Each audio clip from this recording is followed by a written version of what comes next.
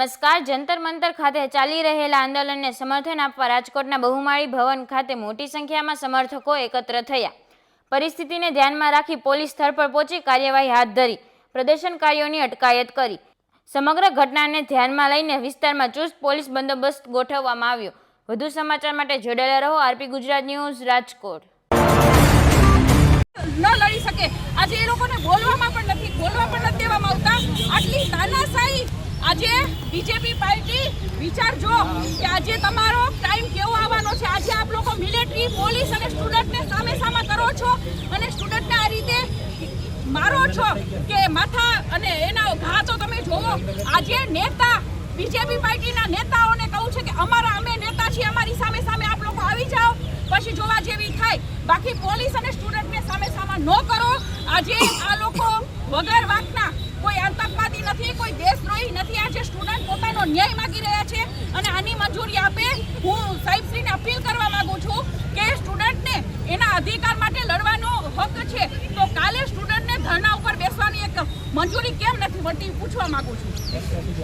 અત્યારે તમને ડિટેન કરવામાં આવ્યા, તમે વિડીયો જોયા કે સીધા તમે જેવા ગાડી સીધા તમને ભરી દીધા, બોલવા દેવાની ભરીને ક્યાં લઈ જાય છે અત્યારે અને કેવું વર્તન કર્યું. મેં જોયું કે કપડાં, લેડીઝોના કપડાનું ધ્યાન રાખવામાં આવ્યું. કાલે દિલ્હીમાં એક પ્રશ્ન જોયા કે ભાઈ દીકરીઓના કેટલાય સ્ટુડન્ટો હતા, કપડાં ફાડી નાખવામાં આવ્યા, બધા દાવા કર્યા છે. પણ આજે મેં અત્યારે લાઈવ જોયું કે વિદ્યાર્થીઓને જ્યારે બસમાં ભરીને ડિટેન કરીને લઈ જતા હતા એના કપડાનું ધ્યાન રાખવામાં આવતું નહોતું. જી, આજે સરકારશ્રીને અમે અપીલ સાથે કહીએ છીએ કે તમે એક બહેનો દીકરીઓનો માન ન જાળવી શકતા હોય. આજે મારી જ હું વાત કરું છું કે આજે હું એક ક્ષત્રાણી તરીકે આજે મને પણ એ રીતે પકડવામાં આવી છે, એક બેન સ્ત્રી તરીકે મને એ રીતે પકડવામાં આવી છે કે હું કોઈ મોટી આતંકવાદી હોય. આજે મારા કપડાનો આ લોકો ખ્યાલ નથી રાખતા, તો નેપાળવાળી ન થાય એ ધ્યાન રાખજો.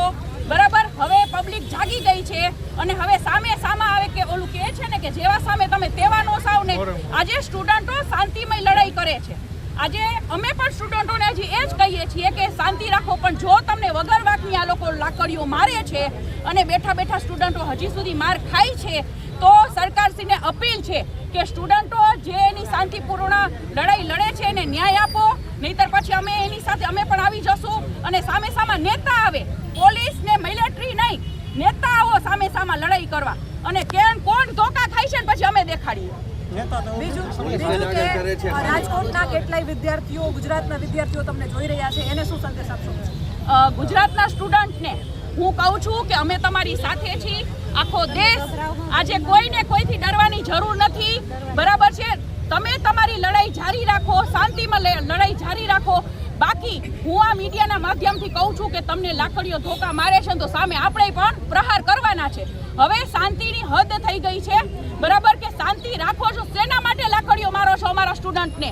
અમારા નાગરિકોએ શું એનો દોષ છે? આજે એની હકની આજે જે નેતાઓ છે એ જરાક વિચાર કરજો કે આપણા બાળકને કોઈ એક ઝાપટ મારે તો સહન નહીં થાય. આજે મારા સ્ટુડન્ટોને માથા ફોડી નાખ્યા છે. આજે નીટની પરીક્ષાની લોકો આટલી તૈયારી કરતા હોય છે સ્ટુડન્ટ, અને જ્યારે પેપર લીક થઈ જતું હોય છે ને ત્યારે હતાશ થઈ અને સુસાઇડના રસ્તે વળતા હોય છે. ક્યાંનો ન્યાય, કયો વિકાસ, શું લોકશાહી? તાનાશાહી ચાલી રહી છે, તાનાશાહી. મારા સ્ટુડન્ટ હવે એક પણ આપણા દેશમાં કોઈએ સુસાઇડ ન કરે.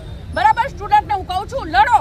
સુસાઇડની આ લોકોને આની સામે લડવાનું છે. કોઈએ હતાશ થઈને પાછું નથી વળવાનું અને આપણે ન્યાય લઈને જંપીશું. બીજું એક નેતા છો તમે, તો ટૂંક સમયમાં વિદ્યાર્થીઓ મુદ્દે કોઈ રાજકોટમાં આંદોલન થઈ શકે એવા, કેમ કે આપણે જોયું છે PM આવાસ જે છે ત્યાં રાહુલ ગાંધી અને પ્રિયંકા ગાંધી બંને ધરણા ઉપર બેસી ગયા છે. એમણે PMનું રાજીનામું માંગ્યું છે અને જે અમિત શાહનું પણ રાજીનામું એમણે માંગ્યું છે અને જેનજીની માફી માંગવાનું પણ, યુવાનોની માફી માંગવાની પણ માંગ કરી છે. આના મુદ્દે તમે શું કહેશો? જી, ચોક્કસપણે રાજકોટમાંથી પણ સ્ટુડન્ટનો બસ બહુ સાથ સહકાર છે અને આંદોલન રાજકોટથી પણ ચાલુ રહેશે અને ધરણા ઉપર હું પણ બેસીશ. બસ આપ લોકો મને લાસ્ટ સુધી સાથ સહકાર આપજો. તમારી માટે હું હંમેશા, બરાબર, હું મારો જીવ દઈ દઈશ, પણ તમારા ન્યાય માટે હું લડીશ. તમે કીધું આંદોલનમાં બેસશો, ક્યારે બેસશો, શું સમય રહેશે? સમય આજથી જ હું નક્કી કરું છું. બરાબર છે, હું મારા સ્ટુડન્ટ આ બધા સાથે હું હજી આવી જ છું, વાત ચર્ચા કરી છું અને હું આજથી ધરણા ઉપર બેસી જઈશ. આજે જિલ્લા પંચાયત ચોક ઉપર. પરમિશન આ લોકો નથી આપતા. એના માટે જ અમે 2 કલાકથી મારા સ્ટુડન્ટ 2 કલાકથી આ લોકો પરમિશન માટે આ લોકો 2 દિવસથી આ લોકો પરમિશન અમને શું કામ નથી આપતા? બરાબર છે. અને 3 દિવસથી સ્ટુડન્ટ અને ડીસીપી સાહેબનો એવો જવાબ છે કે સ્ટુડન્ટ માટે અમારે પોલીસ ઉતારવી પડે. આ યોગ્ય જવાબ થયો કઈ? ડીસીપી સાહેબ એવો જવાબ આપ્યો અત્યારે કે અમે સ્ટુડન્ટ માટે અધિકારી રાકેશ સ્ટુડન્ટ માટે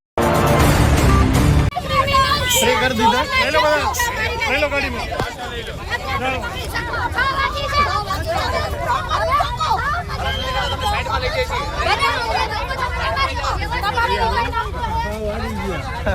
तैयार वो है बताइए पूरी नहीं के जो का बजी नो अंदर सीधा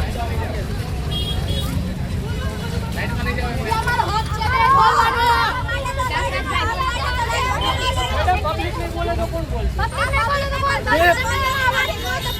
पब्लिक ने बोलवा केम न देता हां प्रदीप हां हाल आ गया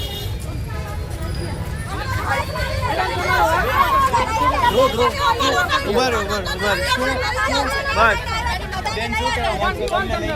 તમે શાંતિ साइड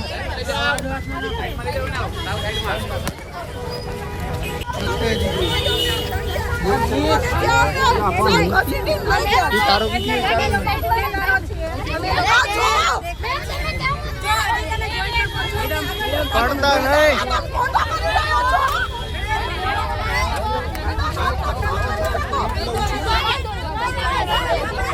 તમારે રિઝલ્ટ જોઈએ ને હવે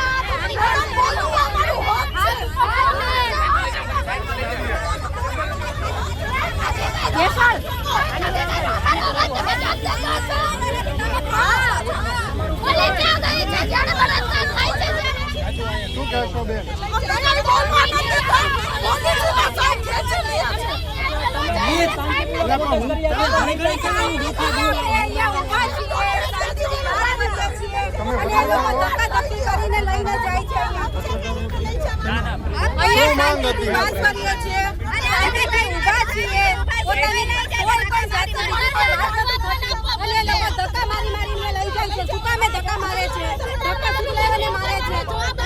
લોકોને ત્યાં પોલીસ સ્ટેશન સુધી લઈ ગયા કયા આધારે લઈ ગયા કયા આધારે લઈ ગયા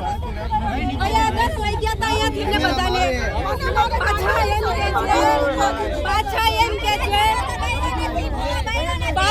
એમ કે છે કે ચલો અમે તમને મૂકી જઈએ કોઈ નિર્ણય કરો છો